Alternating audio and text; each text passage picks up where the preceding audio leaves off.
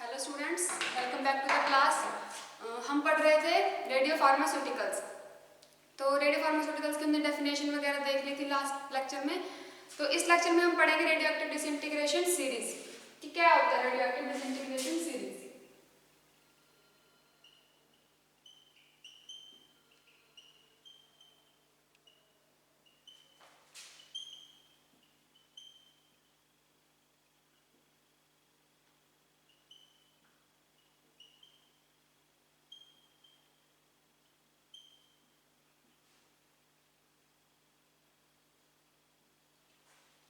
तो radio active disintegration series को अगर हम समझे तो क्या है, जैसे कि एक अनस्टेबल रेडियो आइसोटोप है, कोई भी अनस्टेबल रेडियो आइसोटोप, तो उसमें से क्या हो रहा है, कोई भी वो अल्फा या बीटा पार्टिकल से एमिट करेगा स्टेबल होने के लिए। तो जब वो एमिट करता है तो क्या एक नया पार्टिकल बनता है, एक नया कंपाउंड, एक नया रेडियो आइसोटोप बनता है। तो वो क्या बन जाता है, फिर जैसे जिसने रिलीज किया वो तो हो जाएगा पेरेंट एलिमेंट, अब जो बन रहा है वो हो जाएगा daughter element. For example let's suppose कि जैसे कि ये कोई रेडियो आइसोटोप है जो अनस्टेबल है, ये अनस्टेबल रेडियो आइसोटोप जब ये क्या करेगा, रेडिएशन एमिट करेगा, कोई भी अल्फा या बीटा पार्टिकल, अल्फा या बीटा पार्टिकल एमिट करेगा, तो क्या बनेगा, एक न्यू पेरेंट एलिमेंट बनेगा, एक नया एलिमेंट बन जाएगा। अगर ये स्टेबल हुआ तो ये यहीं पे फिर रुक जाएगा, बट अगर ये अनस्टेबल हुआ तो क्या होगा, ये आगे फिर डिसइंटीग्रेट हो जाएगा, मतलब कि इसका आगे से फिर अगर अनस्टेबल हो तो ये फिर अल्फा या बीटा पार्टिकल्स एमिट करेगा और फिर से क्या बन जाएगा, एक और नया एलिमेंट। अब ऐसे ये सीरीज क्या क्या करती है, मतलब कि चलती रहती है जब तक कि एक हमें स्टेबल आइसोटोप नहीं मिल जाता, जब तक कि हमें एक स्टेबल आइसोटोप नहीं मिल जाता। जैसे मान लो कि हम ये हमारी नानी माँ मान लेते कि ये हमारी जैसे नानी है, तो नानी के बाद नानी क्या बन जाती, जब उनके बच्चे हो गए तो क्या बन गई, ये पेरेंट एलिमेंट, ये पेरेंट एलिमेंट है। जब उनके आगे बच्चे हुए तो दैट इज डॉटर, हम इसको बोलेंगे डॉटर एलिमेंट। जब डॉटर एलिमेंट आगे उनके बच्चे होते हैं तो वो क्या करते, फिर वो क्या बन जाते हैं, फिर वो बन जाते हैं पेरेंट एलिमेंट। ये कब बनेगा, जब ये क्या होगा, अगर डॉटर एलिमेंट क्या है, अनस्टेबल है। अगर डॉटर एलिमेंट अनस्टेबल है तो फिर वो क्या बन जाएगा, आगे अल्फा बीटा पार्टिकल्स को रिलीज करेगा, उसके बाद वो क्या बन जाएगा, पेरेंट एलिमेंट, जो नेक्स्ट वो बन जाएगा डॉटर एलिमेंट। इसी तरह से सीरीज चलती रहती है। फिर डॉटर अगर अनस्टेबल है उसके बाद भी तो वो फिर क्या बन जाएगा, उसके जब आगे वो डिसइंटीग्रेट होगी तो आगे उसके ये पेरेंट बन जाएगा and that is daughter element. तो क्या हो जाएगा, जब तक स्टेबल आइसोटोप नहीं आता हमारे पास तब तक ये सीरीज क्या है, चलती रहती है, कंटिन्यूस रहती है, कंटिन्यूस फॉर्म में। अब हमारे पास क्या है, अगर इसकी डेफिनेशन देखें डिसइंटीग्रेशन सीरीज की तो क्या होगी, वो सीरीज जो स्पॉन्टेनियस चेंजेस करती रहती है, जिसमें स्पॉन्टेनियस चेंजेस होते रहते हैं, स्टार्टिंग होता है from the stable parent element, from the unstable element से, यानी कि अनस्टेबल पेरेंट एलिमेंट से जो क्या है अनस्टेबल है, जो तब तक चलती है जब तक क्या हो जाए, उसकी फॉर्मेशन एक स्टेबल एलिमेंट की ना हो जाए, तब जब तक उसकी फॉर्मेशन ना हो जाए स्टेबल एलिमेंट की, तो उस सीरीज को हम क्या बोलते हैं, डिसइंटीग्रेशन सीरीज। तो इसकी डेफिनेशन लिखें,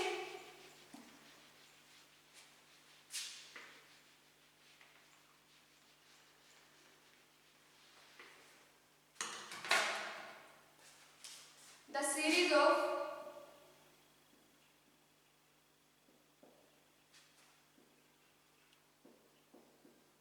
spontaneous changes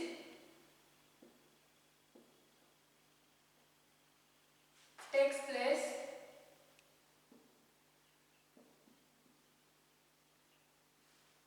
starting with the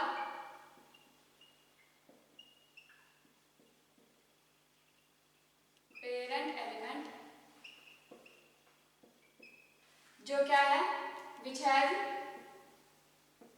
unstable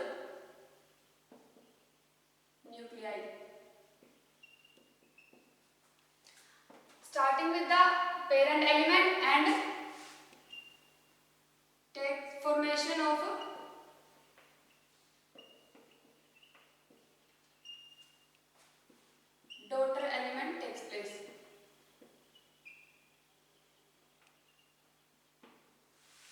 series को हम क्या बोलते हैं, अनस्टेबल, जो स्टार्ट होता है पेरेंट एलिमेंट से एंड जाता है कहां तक, up to the formation of a daughter element, जो क्या है स्टेबल, जिसका क्या है एक स्टेबल न्यूक्लियाई है। तो इस सीरीज को हम क्या बोलेंगे, रेडियोएक्टिव डिसइंटीग्रेशन सीरीज। अब जो मैंने बताया था कि क्या कितने होते हैं पीरियोडिक टेबल, 40 एलिमेंट्स ऐसे हैं जो क्या है रेडियो न्यूक्लियाई, जो रेडियो न्यूक्लियाई शो करते हैं, मतलब कि रेडियो एक्टिविटी शो करते हैं। तो ये जो 40 एलिमेंट्स है, सारे के सारे 40 एलिमेंट्स हैं, वो क्या करते हैं, डिसइंटीग्रेशन शो करते हैं डिफरेंट स्टेजेस की। मतलब कि जैसे कि एक कोई न्यूक्लियाई है, वो क्या पता 5 डिसइंटीग्रेशन के बाद ही वो स्टेबल हो जाए, 5 मतलब 5 टाइम्स के बाद स्टेबल हो, या कोई 4 टाइम्स के बाद स्टेबल हो जाए, कोई 6 के बाद स्टेबल हो, उसको बोलते हैं हम कि वो क्या है, जो हमारे 40 एलिमेंट्स है वो सारे अलग अलग डिफरेंट स्टेजेस में क्या हो रहे हैं, स्टेबल हो रहे हैं। तो इस तरह की स्टेबिलिटी कितने फॉर्म में है, ये 4 फॉर्म में, इस तरह की सीरीज कितनी बनती है, 4 सीरीज बनती है। तो उन 4 सीरीज में आता है यूरेनियम, थोरियम, यूरेनियम 238 की फॉर्म में, यूरेनियम 235 की फॉर्म में, थोरियम 232 की फॉर्म में, नेप्ट्यूनियम 237 की फॉर्म में। तो कितनी सीरीज बनती है इसकी, 4।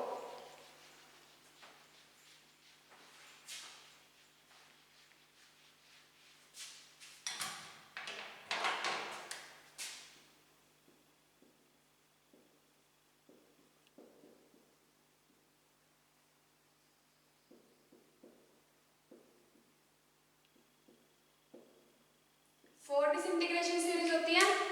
फर्स्ट कौन सी है, यूरेनियम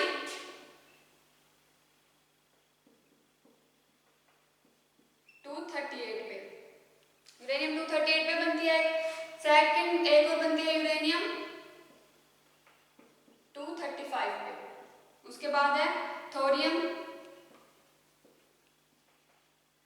यूरेनियम 238, यूरेनियम 235, थोरियम उसके बाद बनती है 232 पे,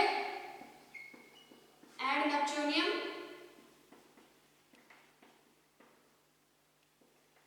237 पे। तो इन 4 सीरीज में हमें मिलते हैं डिसइंटीग्रेशन, जो शो करते हैं, ये इनके एलिमेंट्स क्या करते हैं, शो करते हैं।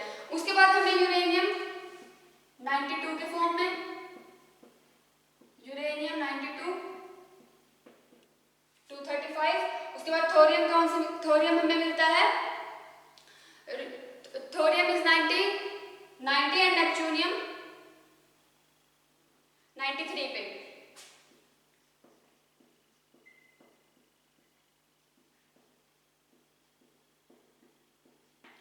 तो इसको हम बोलते हैं, जो यूरेनियम 238 की फॉर्म में है दैट इज यूरेनियम सीरीज। उसके बाद जो यूरेनियम 235 के फॉर्म में, इसको हम बोलते हैं एक्टिनियम सीरीज। एंड इसका एक्टिनियम क्यों, क्योंकि क्या है, एक्टिनियम इसका मेन प्राइम एलिमेंट है, इसलिए इसमें बोलते हैं एक्टिनियम सीरीज। थोरियम सीरीज है क्योंकि थोरियम से स्टार्ट हो रही है, that is thorium series. And ये नेप्ट्यूनियम सीरीज, क्योंकि नेप्ट्यूनियम क्या है, इसका मेन एलिमेंट है इस सीरीज का। तो इनका हम नाम लिख लेते हैं, इसको हम बोलेंगे यूरेनियम सीरीज,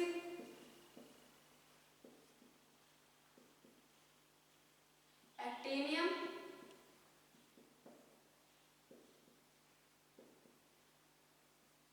थोरियम,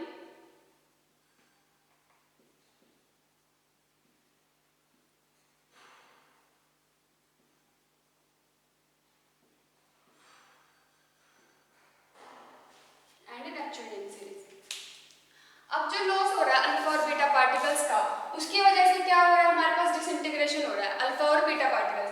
अल्फा और बीटा पार्टिकल्स जब डिसइंटीग्रेट हो रहे हैं, निकल रहे हैं, तो क्या कर रहा है, जो अल्फा पार्टिकल्स है उसकी वजह से क्या हो रहा है, मास नंबर में डिफरेंट आ रहा है। क्योंकि जो अल्फा पार्टिकल्स था वो क्या किसके बराबर था, जो अल्फा था वो हमारे पास 2 हीलियम 4 के बराबर था, हम उसको 2 हीलियम 4 मान रहे थे। यानी कि जब अल्फा निकल रहा है तो एटॉमिक नंबर में 2 का चेंज कर रहा है एंड मास नंबर में 4 का चेंज कर रहा है।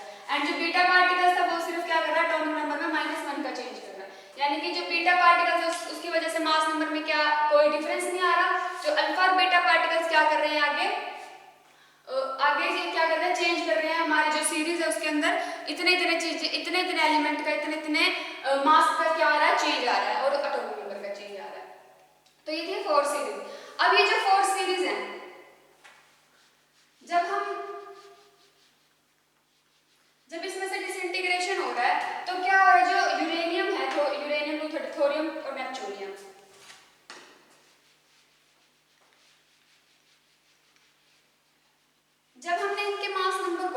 डिविजिबल करके देखा, 4 से डिवाइड करके देखा, तो क्या हो रहा है, जो सीरीज है उनमें क्या आ रहा है, एक में तो 4n कंप्लीटली डिवाइड हो रहा है, जो कंप्लीटली डिवाइड हो रहा है वो है थोरियम सीरीज। जब थोरियम सीरीज के हमने मास को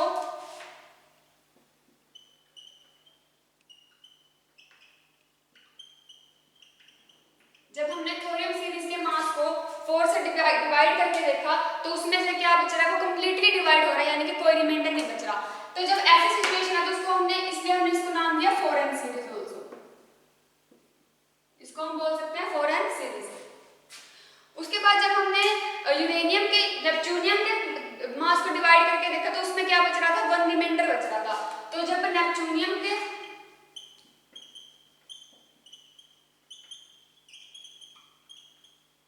हमने नेपच्यूनियम सीरीज को डिवाइड करके देखा उसके मास को, तो उसमें से 1 रिमाइंडर बच रहा था, जिसकी वजह से हमने इसको नाम दिया 4n+1 सीरीज। जब हमने यूरेनियम सीरीज को डिवाइड करके देखा, यूरेनियम सीरीज से जो हमारे पास,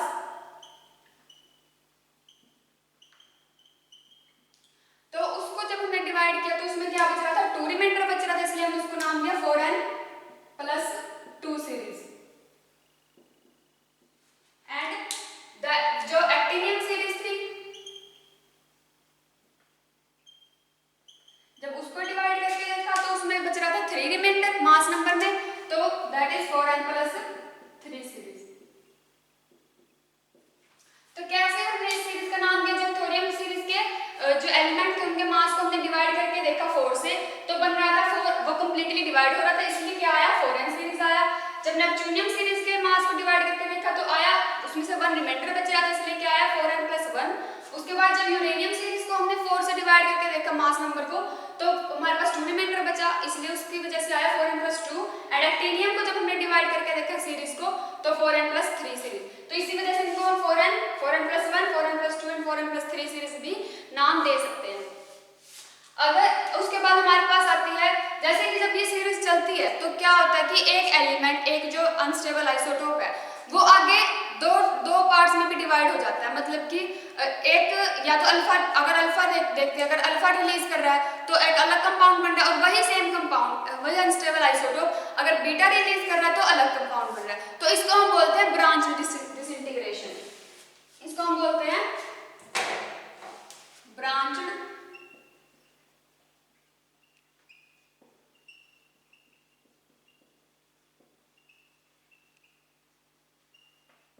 डिसइंटीग्रेशन। तो ये होती है हमारे पास ब्रांच डिसइंटीग्रेशन। कैसे कि जब एक ही कंपाउंड अगर 2 पार्ट्स में डिवाइड हो जाए, मतलब कि 2 कंपाउंड्स दे, एक बार अल्फा रिलीज करके या बीटा रिलीज करके 2 कंपाउंड्स दे, तो हम बोलते हैं उसको ब्रांच डिसइंटीग्रेशन। अब ये सीरीज कब तक चलती है, जब तक एक लेड का स्टेबल आइसोटोप नहीं हमें मिल जाता। ये स्टार्ट तो इनसे होती है, यूरेनियम से, नेपच्यूनियम से, थोरियम से, ये अनस्टेबल आइसोटोप से। ये एंड होती है जब तक हमें क्या नहीं मिल जाता, लेड का एक स्टेबल आइसोटोप। लेड के स्टेबल आइसोटोप पे जाके क्या हो जाती है, ये सीरीज हमारी फिनिश हो जाती है। ब्रांच डिसइंटीग्रेशन का भी मैं एक एग्जांपल दिखा देती हूँ। एंड उसके अलावा जो ये 4 सीरीज है, इनकी भी सीरीज बनाई हुई है बुक्स के अंदर, तो मैं एक सीरीज बना के दिखा देती हूँ।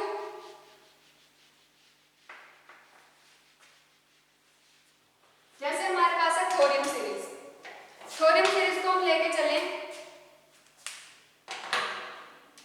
तो थोरियम स्टार्ट हो रहा है थोरियम से, थोरियम में 90, 230, 232। जब उसने क्या किया, एक अल्फा पार्टिकल रिलीज किया, तो हमारे पास बन गया रेडियम 88, क्योंकि अल्फा पार्टिकल्स में क्या हो रहा है, एटॉमिक नंबर में 2 का चेंज आ रहा है और मास नंबर में 4 का चेंज आ रहा है, तो दैट इज 228। उसके बाद एक इसने बीटा पार्टिकल रिलीज कर रहा, तो उसके बाद हमारे पास आ रहा है एक्टिनियम। एक्टिनियम में क्या आता है, एक एटॉमिक नंबर में चेंज आता है, that is 89 and 228। Mass number क्या रहेगा, सेम रहेगा। उसके बाद जब इसने क्या रिलीज किया, थोरियम पहले अल्फा रिलीज कर रहा है, फिर बीटा रिलीज कर रहा है, उसके बाद फिर बीटा रिलीज कर रहा है, तो थोरियम 228 एंड 88, क्योंकि एक क्या आ रहा है,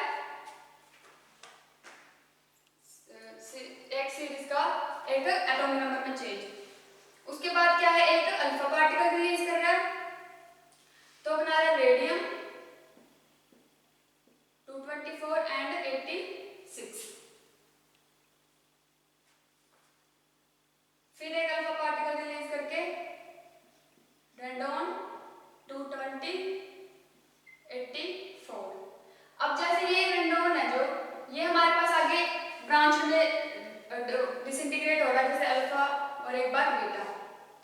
तो जब अल्फा कर रहा है तो क्या आएगा, लेड बना रहा है, but this is not a stable compound.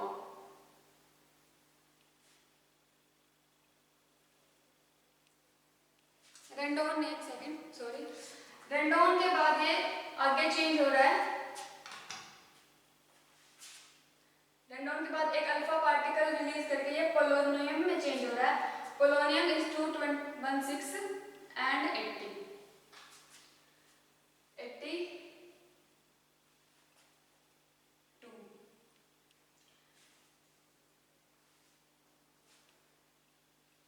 उसके बाद ये क्या हो रहा है, डिसइंटीग्रेट हो रहा है, एक बार अल्फा एक बार बीटा। तो जब अल्फा रिलीज कर रहा है तो लेड 212 एंड 80, एंड जब बीटा रिलीज कर रहा है तो एटमियम 85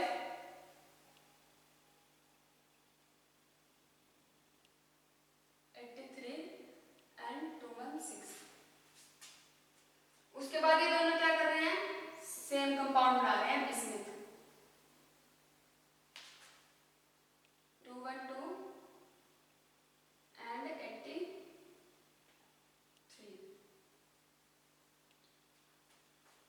उसके बाद ये सीरीज ऐसे आगे फिर एक और ब्रांच चेन आ जाएगी। अब ये ब्रांच चेन आगे चेंज हो जाएगी, फिर पोलोनियम एक कंपाउंड देगा, थैलियम कंपाउंड मिलेगा हमें। उसके बाद ये ऐसे क्या बना देगा, फिर ये दोनों चेंज होकर क्या बना देगा हमें, एक लेड।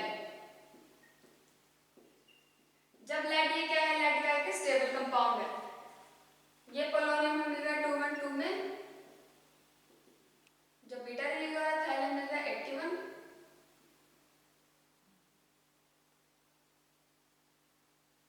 जब अल्फा रिलीज हो रहा है।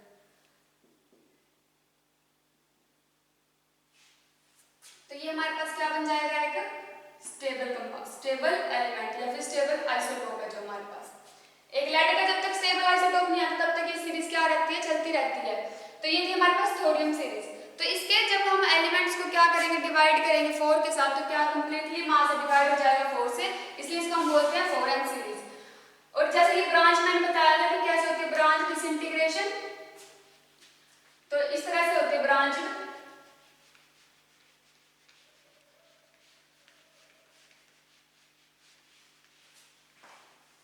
ये थी हमारे पास सीरीज। अब जो हमारे पास एलिमेंट्स है 4n 4n + 1 4n + 2 4n + 3 के, वो स्टार्ट तो होते हैं वो 58 59 59 एंड 58 रिस्पेक्टिवली।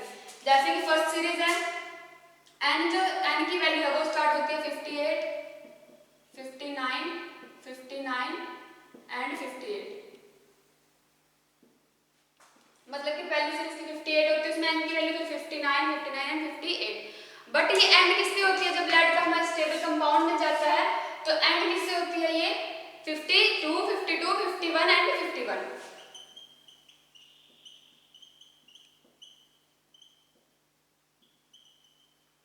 ये यहां से स्टार्ट हो रही है और यहां से क्या हो रही है, एंड हो रही है। अब अगर हम इन सबका ओवरव्यू देखें एक टेबल के अंदर तो कैसे बनेगा,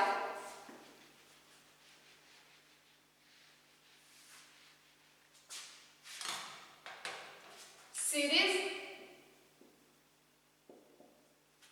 name of the series,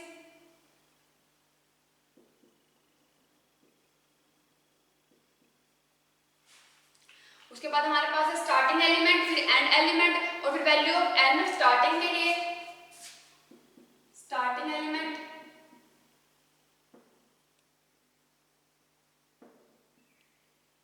and element,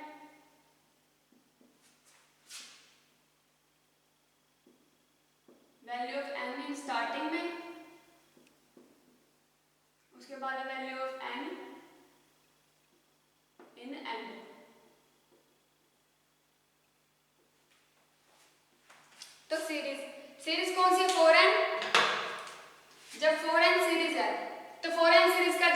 name हमने क्या दिया था, थोरियम सीरीज, थोरियम सीरीज।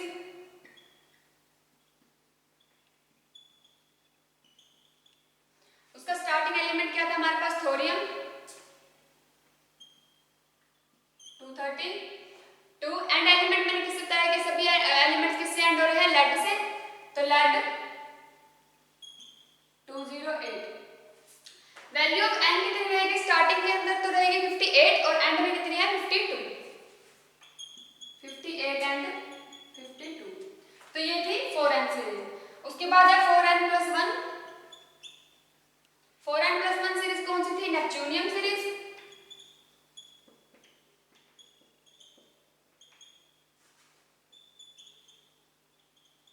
जो नेपच्यूनियम सीरीज है वो हमारी स्टार्ट होती है नेपच्यूनियम से और एंड किससे होती है, लेड से। या फिर जो बिस्मिथ है, जो उसका भी क्या बनता है, एक स्टेबल कंपाउंड बनता है, तो बिस्मिथ की भी अगर हमारे पास मिल जाए तो वो क्या होती है, स्टेबल कंपाउंड। जो नेपच्यूनियम की सीरीज है वो किस पे एंड होती है, बिस्मिथ पे। तो जो नेपच्यूनियम है 237 और जो लेड है, जो हमारे पास इसकी एंड प्रोडक्ट बन रहा है जो नेपच्यूनियम सीरीज का, वो है बिस्मिथ। बिस्मिथ मिल रहा है हमें 209 में। और वैल्यू ऑफ एन कितने है, स्टार्टिंग में 58 इस सीरीज में, 4n+1 सीरीज में वैल्यू ऑफ स्टार्टिंग कितने है 59 और जो एंड में वैल्यू है वो है 52। ये था हमारे पास 4n+1 सीरीज। उसी तरह से लिखो 4n+2 सीरीज। 4n+2 सीरीज में यूरेनियम स्टार्ट हो रहा है, यूरेनियम सीरीज को हम बोल रहे हैं 4n+2 सीरीज। उसमें जो है यूरेनियम स्टार्ट हो रहा है, यूरेनियम कौन से फॉर्म वाला है हमारे पास 238 और ये तीनों, ये सीरीज और जो लास्ट वाली सीरीज है वो किससे एंड होती है, लेड से। लेड का क्या स्टेबल कंपाउंड 206, 238 एंड लेड 206। जो इसका स्टार्टिंग कंपाउंड है 59 और वैल्यू एंड हो रही है 51 पे। ये थी हमारे पास 4n+2 सीरीज। उसके बाद है हमारे पास 4n+3 सीरीज। अब 4n+3 सीरीज है जो वो किससे स्टार्ट, वो उसको हम बोल रहे थे एक्टिनियम सीरीज।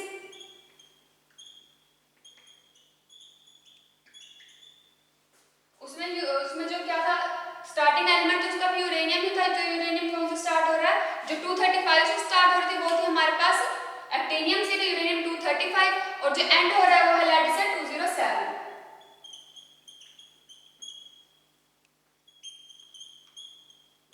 इसका जो वैल्यू ऑफ एन रहेगी स्टार्टिंग में 58 एंड एंड हो रही है 51 पे। तो ये थी हमारे पास टेबल जो क्या कर रही है, हमारे पास डिसइंटीग्रेशन सीरीज का ओवरव्यू दे रही है।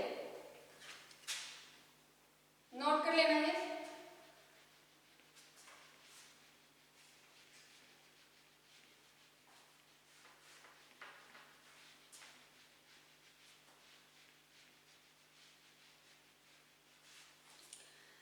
तो स्टूडेंट्स ये थी हमारे पास रेडियोएक्टिव डिसइंटीग्रेशन सीरीज। मैंने जो रेडियोएक्टिव डिसइंटीग्रेशन के बारे में बताया है, तो ये डेफिनेशन आ सकती है इसकी, सीरीज के बारे में पूछ सकते हैं। 4n+1, 4n+2, 4n+3, ये जो सीरीज है बताइए मैंने, ब्रांच डिसइंटीग्रेशन जो है, इनकी डेफिनेशंस वगैरह पूछ सकते हैं। तो आप ये सब कर लेना।